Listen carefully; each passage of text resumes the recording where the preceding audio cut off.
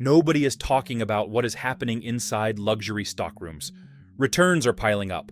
Unsold inventory is rising every quarter. Brands that once had waitlists are now scrambling to offload products they cannot give away. This is not a slow season. It is a crisis hiding in plain sight. When customers start sending back items faster than stores can resell them, the value and prestige of these products begin to collapse. The hype is fading. The loyalty is gone. These 8 luxury labels are drowning in stock they never expected to see again. And the final brand is facing the most shocking decline of all. Number 8. Burberry. For over a century, Burberry meant something clear. The trench coat, the check pattern, quiet British sophistication that never needed to shout. It was the brand you bought when you wanted timeless elegance without the flash. But somewhere along the way, Burberry forgot what it was. And customers started forgetting why they bought it in the first place. The problem started with endless reinvention. New creative directors came and went. The aesthetic shifted from streetwear to heritage to edgy minimalism and back again. One season, the check was everywhere. The next, it disappeared. Shoppers who invested in Burberry pieces found themselves holding items that no longer matched what the brand was selling. The result was confusion, and confused customers do not stay loyal. They return. The financial damage has been severe.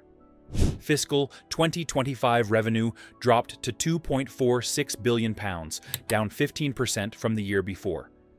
Adjusted operating profit collapsed by 88%, falling from £418 million to just £26 million. The company posted its first operating loss in recent memory and suspended its dividend entirely. 1,700 employees are being laid off, stores are closing, and the wholesale channel has cratered by 35%. But the real story is what is happening behind the scenes. Outerwear that once defined the brand is now being quietly offloaded through private sales and discreet markdowns. Trench coats that should be heirlooms are stacking up in stockrooms. Returns have surged as customers experience buyer's remorse on pieces that feel disconnected from the brand's current direction. When you buy a Burberry coat expecting timeless elegance and the brand pivots to something completely different 6 months later, that coat suddenly feels like a mistake. The pricing strategy made things worse. Burberry raised prices by 30 to 40%, trying to compete with top-tier luxury houses. But without the consistent identity to justify those prices, customers felt cheated. They bought expecting prestige and received confusion. So they sent it back. Burberry is now trapped in a cycle of its own making. Constant reinvention killed customer trust. Returns piled up, and now the brand is quietly clearing inventory it never expected to see again. But if Burberry confused its way into a returns crisis, the next brand burned so bright that customers finally got tired of the heat. Number 7. Gucci.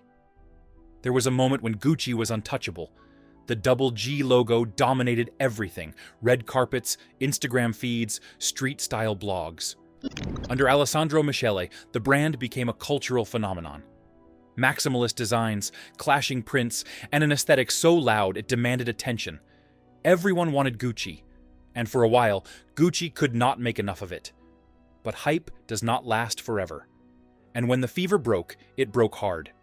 Revenue dropped 23% in 2024, falling to €7.65 billion. Operating income was cut in half, down 51% in a single year. By the first quarter of 2025, sales plunged another 25%. Store traffic dried up, the energy vanished, and customers who had bought into the maximalist dream started having second thoughts. The returns began quietly at first. Online orders coming back unworn. Boutique purchases returned within the window.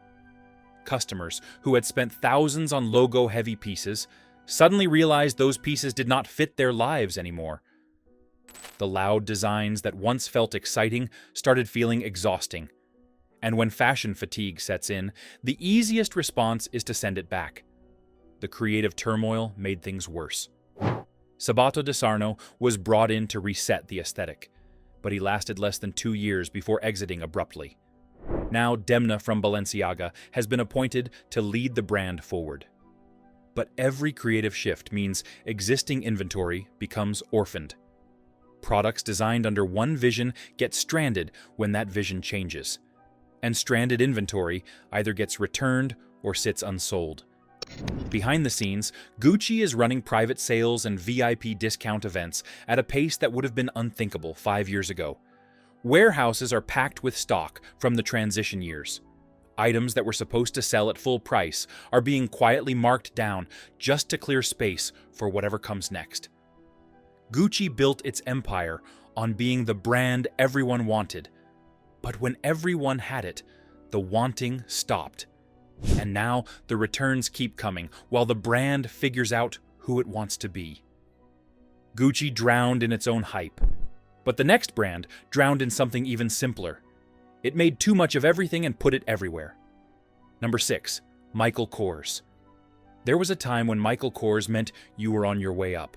The gold MK logo was the entry point to designer culture. Accessible glamour for people who wanted luxury without the European price tags. It was aspirational in the best sense. The bag you bought to celebrate your first promotion, the brand that made you feel like you had arrived. Then Michael Kors made the fatal mistake. It became too available. Every department store, every outlet mall, every discount rack, the bags were everywhere.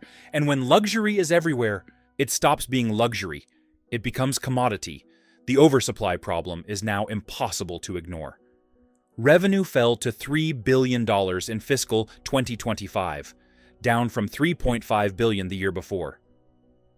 Asia sales collapsed by 27%. The company posted a net loss of $547 million. And the parent company admitted it had to rely on heavy promotions just to get customers to engage. But promotions only work when people want the product. When they do not, you get returns. And Michael Kors is getting a lot of returns. The cycle is vicious. Customers buy at a discount, realize the bag does not feel special, and send it back. The returned inventory goes back to outlets where it gets marked down further. New customers buy at the lower price, feel even less invested, and return at even higher rates. The brand trained its own customers to see Michael Kors as disposable.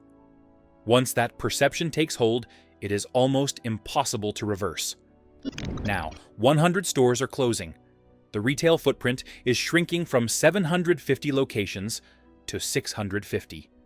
Outlet shelves are overflowing with returned bags and accessories being sold at prices that would have been embarrassing a decade ago.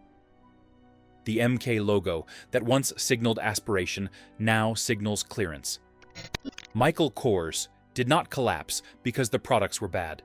It collapsed because there were too many of them, in too many places, with too little reason to keep them.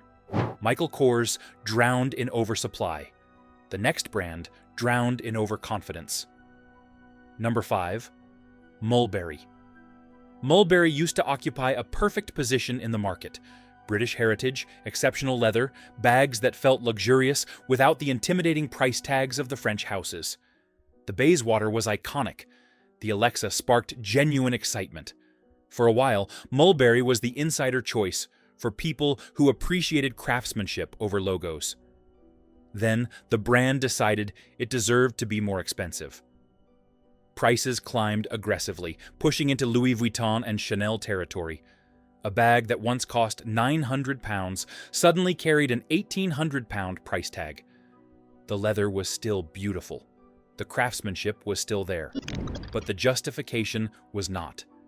Customers bought expecting the same Mulberry magic at a higher price point. What they got was cognitive dissonance.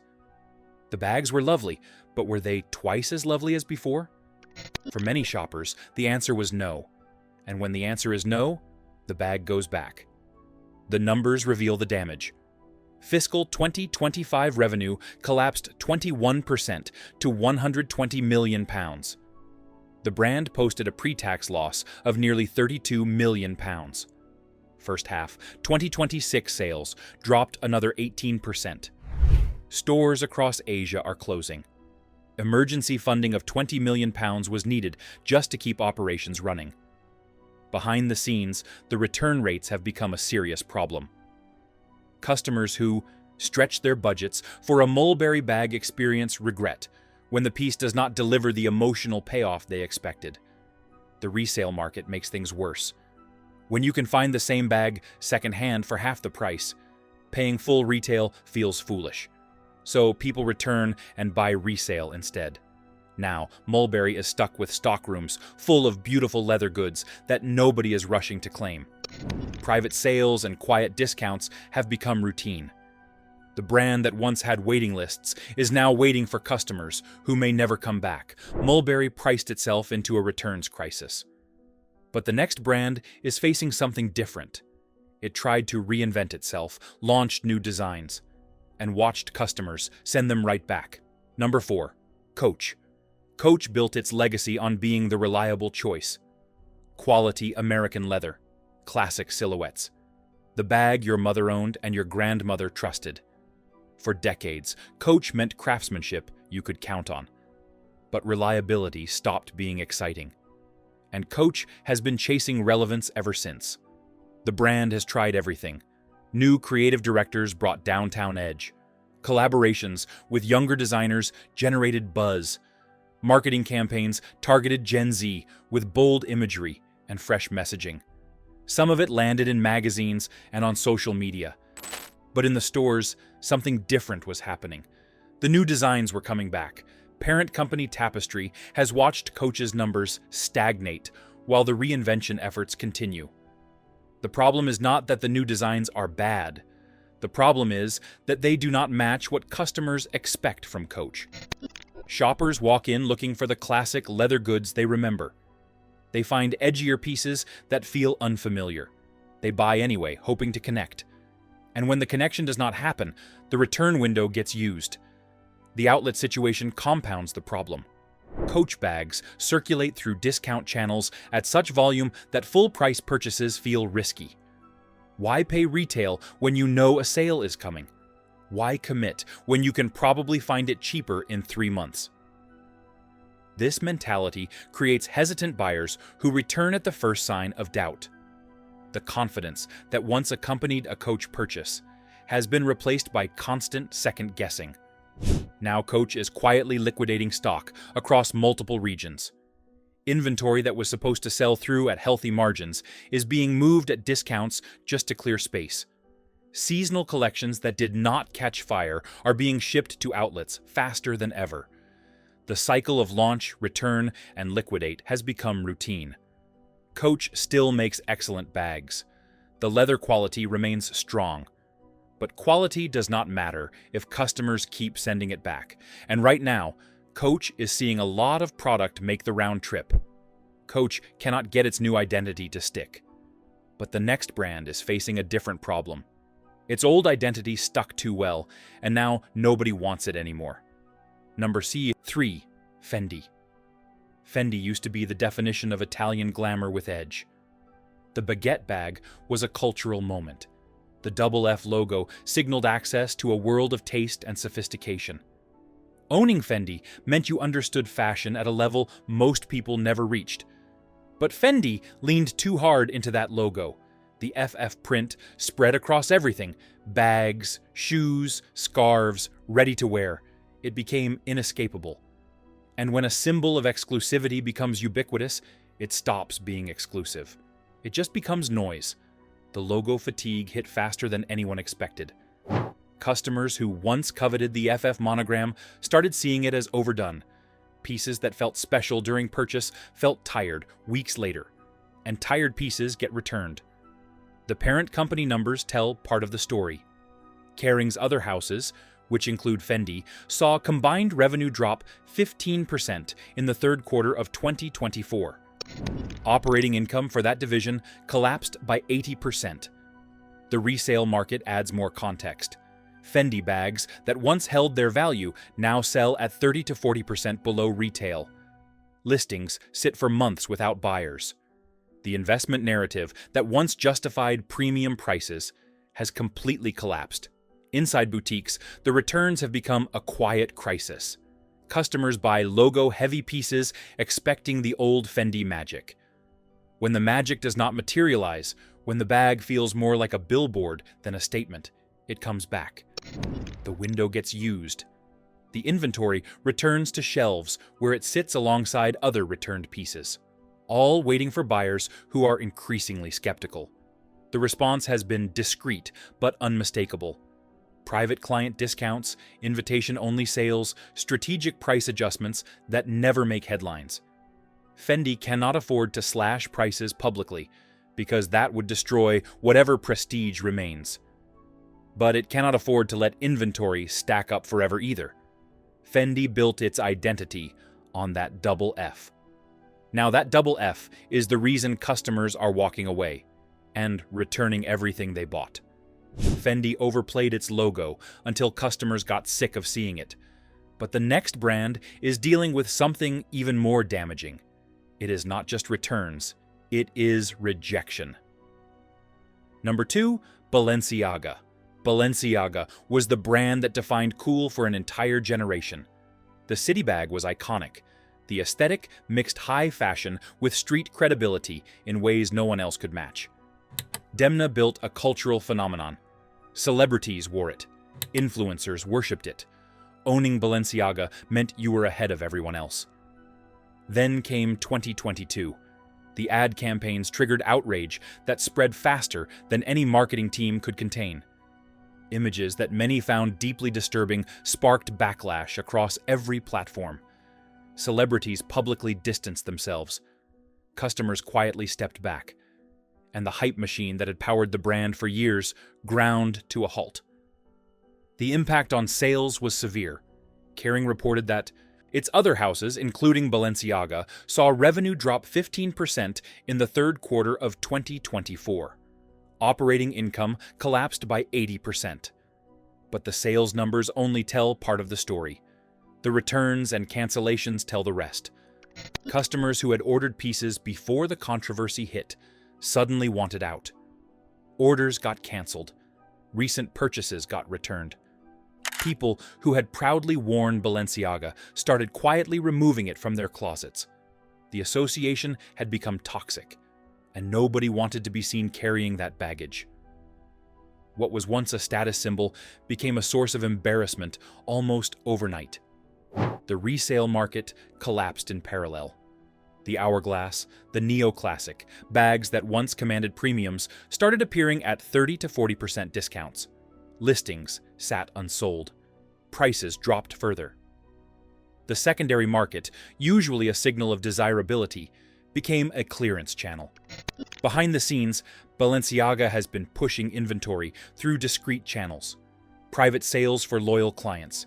Quiet markdowns that never reach the public website.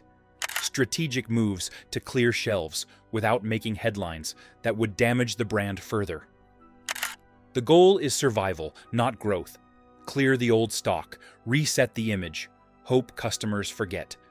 But customers have long memories. And right now, Balenciaga is still processing returns from buyers who decided they did not want to be associated with the brand anymore. Balenciaga's crisis was sudden and public. But the brand at number 1 is facing something slower and almost worse. It is not scandal driving the returns. It is indifference. Number 1, Ferragamo. Salvatore Ferragamo was built on a simple promise. Italian craftsmanship at its finest, shoes that fit perfectly, leather goods made with care that bordered on obsession. For decades, Ferragamo was the brand for people who valued quality above everything else.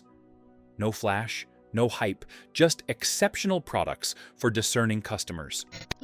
But discerning customers are not enough anymore, and Ferragamo is learning that lesson the hard way. The numbers are stark. Full year 2024 revenue fell 10.5% to 1.04 billion euros. Profit collapsed by 73% in the first half. 2025 brought no relief. First half, revenue dropped another 9.4%, and the company swung to an operating loss of 44 million euros. The shoe category that built Ferragamo's reputation saw sales fall 15%. Wholesale revenue collapsed by over 20%. But the real crisis is what happens after the sale. Ferragamo customers are returning products at rates that signal deep disconnection. They buy expecting the heritage magic, the Italian excellence, the timeless sophistication. What they get feels safe, predictable, boring. And boring does not inspire loyalty, it inspires returns. The designs have not helped. Creative director Maximilian Davis brought a more contemporary vision, but transformation takes time.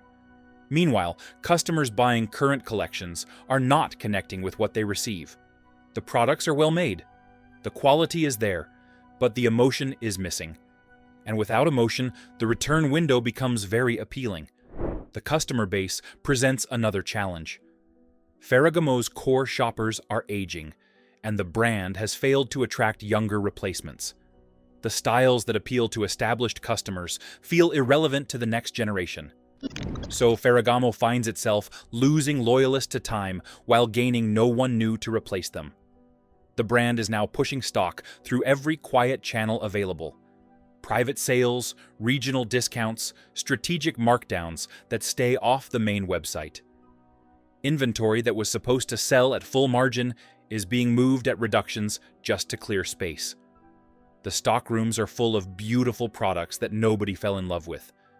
Ferragamo proves something painful about modern luxury. Quality is not enough, craftsmanship is not enough, heritage is not enough. If you do not make customers feel something, they will send it back. And Ferragamo is not making anyone feel anything. The returns keep coming. The stock keeps piling up. And the brand that once defined Italian excellence is quietly discounting its way through a crisis it never saw coming.